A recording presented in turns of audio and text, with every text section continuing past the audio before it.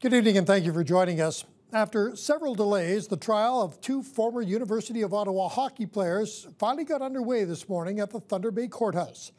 David Fouché and Guillaume Donovan are accused of sexually assaulting a woman at a Thunder Bay hotel in the early hours of February 2nd, 2014, following a hockey game played against the Lakehead Thunderwolves. The Crown called Taylor Collins, who was a teammate of the accused at the time, as its first witness. Collins testified that he met the alleged victim at a bar that night after the pair connected on a mobile dating app and brought her back to the team hotel. He says the pair had consensual sex. Collins also testified that he saw Donovan and the woman engage in a sexual act as he was leaving the room, and that he did see both Fouché and Donovan emerge from that same room a short time later. Collins will continue his testimony tomorrow and will also be subject to cross-examination from the defense.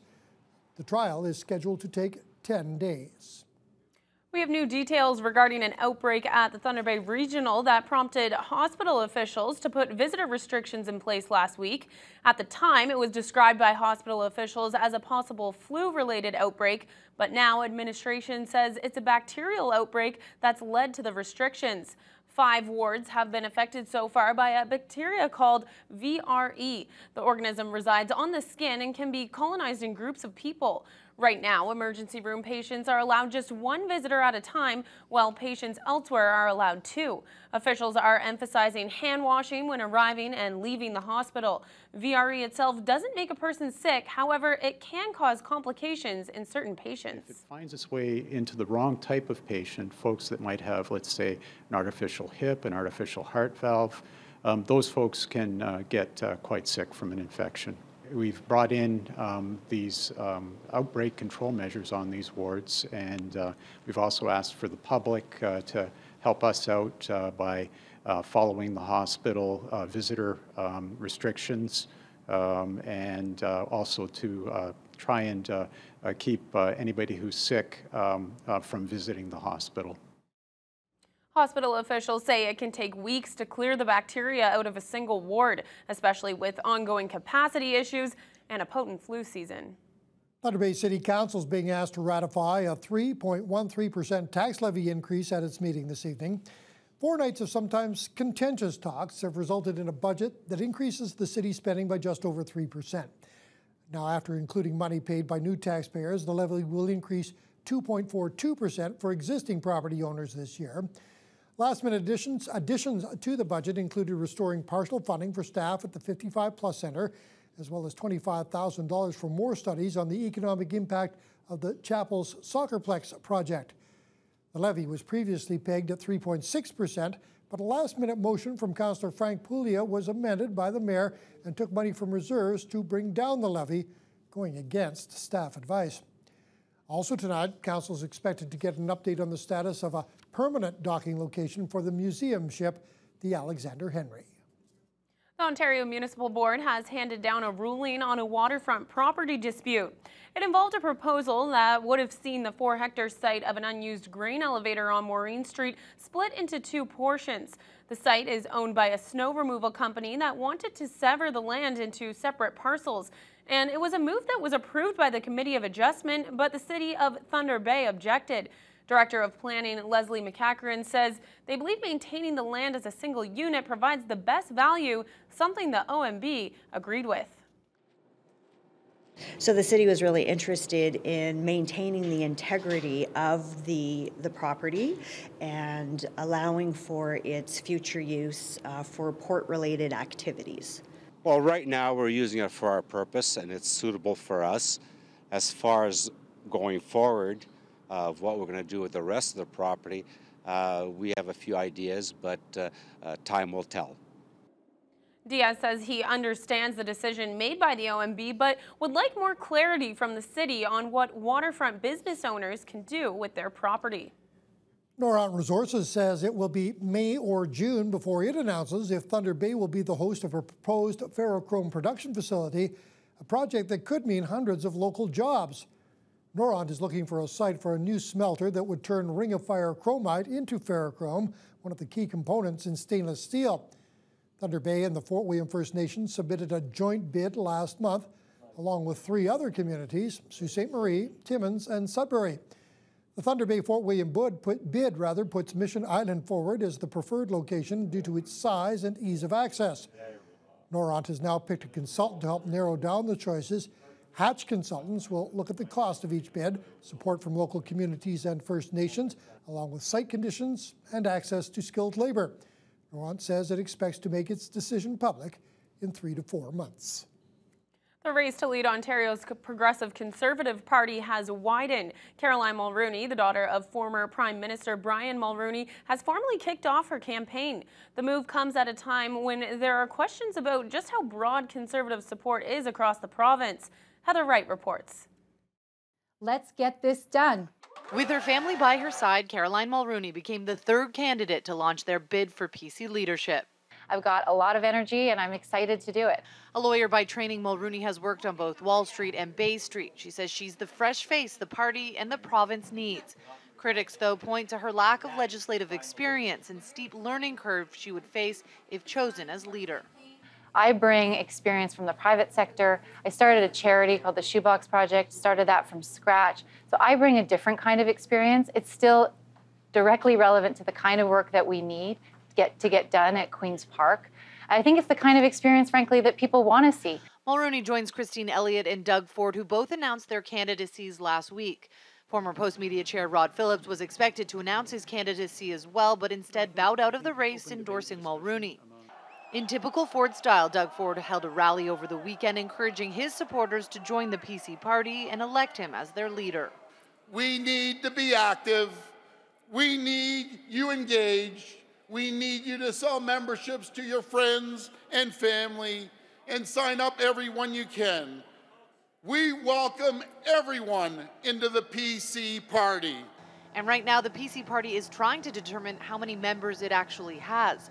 Former leader Patrick Brown had long touted the party's ranks had swelled to 200,000, but now the party says its database holds about 133,000 names, a number that could fall further. Heather Wright, CTV News. He is the most visible personality at TV Ontario, but now Steve Paikin, host of TVO's The Agenda, is the latest high-profile personality facing allegations of sexual harassment. The claim comes from a former Toronto mayoral candidate, Sarah Thompson. Thompson alleges Paikin made sexually harassing comments at a lunch in 2010. TVO says it became aware of the accusation Friday when Thompson sent Paikin an email. The station's chief executive officer, Lisa DeWild, has issued a statement saying TVO is appointing an independent third party to investigate Ms. Thompson's allegation. However, based on the evidence to date, TVO sees no reason to remove Mr. Paikin from his role as host of The Agenda, pending the outcome of the investigation. Lakehead University's Bora-Laskin Faculty of Law has played host to its 2nd annual Indigenous High School Law Day. Indigenous students from 2 local high schools attended the event to get an inside look at how the legal system works. Molly Fromer has more. 70 students from Dennis Franklin and Sir Winston Churchill High Schools took part in the 2nd annual Law Day event at Bora-Laskin Faculty of Law.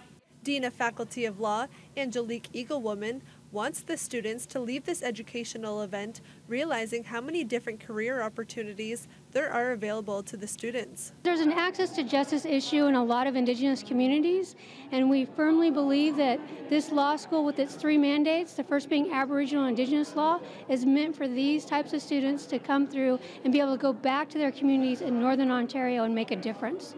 And they'll understand the issues in a way that others won't. Throughout the day, the students participated in several different information sessions where they had the opportunity to learn about their human rights, Aboriginal initiatives, and the purpose of legal aid clinics.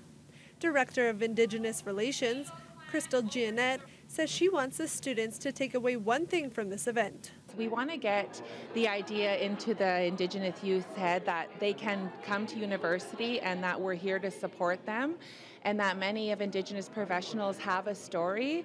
We too have struggled to get where we are today, and that they're not alone, and it's up to them to create their own story and their own ending. I always love law, but I want to focus more on Indigenous rights, especially for, I guess, my generation, as you would call it. We need change in Thunder Bay, full of racist people. We need a new life at least. The Thunder Bay Faculty of Law hopes to expand the annual Indigenous High School Law Day even further next year. Molly Fromer, TBT News.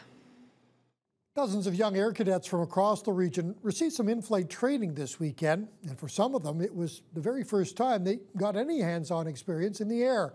Corey Nordstrom has that story.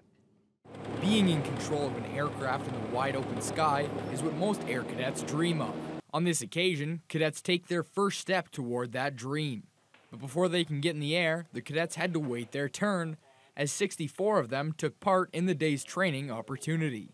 And for those who got their turn, it was special. It was incredible to see just the control, the experience, like just talking to him on the radio and stuff. It was quite apparent that he had been doing this for so many years and he was an exceptional pilot. I was quite impressed. It was a really awesome experience. The cadets range in age from 12 to 19, and this is a big learning tool for them as it's the first ride they take in a single-engine aircraft. Over the weekend, cadets come from Atikokan, Marathon, and Geraldton, along with Thunder Bay locals. Becca Sun is a flight instructor and says these experiences help them pass along their passion for the craft. It just gives them an experience and sort of a feel for flying. As much as we enjoy it, it's very much like passing on that knowledge and just the love for flying. The planes are a pair of Belonca Scouts that were brought in from southern Ontario and a Cessna rented locally. While they're in the air, pilots are teaching the 3 movements of flight: pitch, roll, and yaw. Those who have been through the cadets program and are currently enrolled say this experience does a lot for the kids. Cadets definitely taught me a lot of things, not just as through the flying aspect, but through discipline, leadership. Definitely, there's a lot of support, male, female, whether it be officers or my peers, and there's just a lot of contacts you get with being in cadets. I think it's good experience for not only me but other cadets in the organization because it's more hands-on, and we get to see what we're doing, what we could be doing in the future. All of my lessons, I cover control surfaces and lots about the airplane, and for them to have the opportunity to bring out of the classroom into the real world is exceptional. Corey Nordstrom, TBT News. A group of local women have wrapped up an unusual annual effort to help raise awareness about brain cancer. By going 31 days without shaving their legs, 10 women raised over $6,000 for brain cancer research. The Jan You Harry campaign started as a lighthearted way to honor Natasha Roberto, who passed away as a result of brain cancer in 2012. When November came about, my aunt and I decided to do something fun to honor Natasha and just to bring awareness to brain cancer research, and decided that this little fun fundraiser would be something to occupy our time and have some fun and raise awareness. Through this initiative, over $30,000 has been raised for the Canadian Cancer Society since 2013. A great event, and Fiona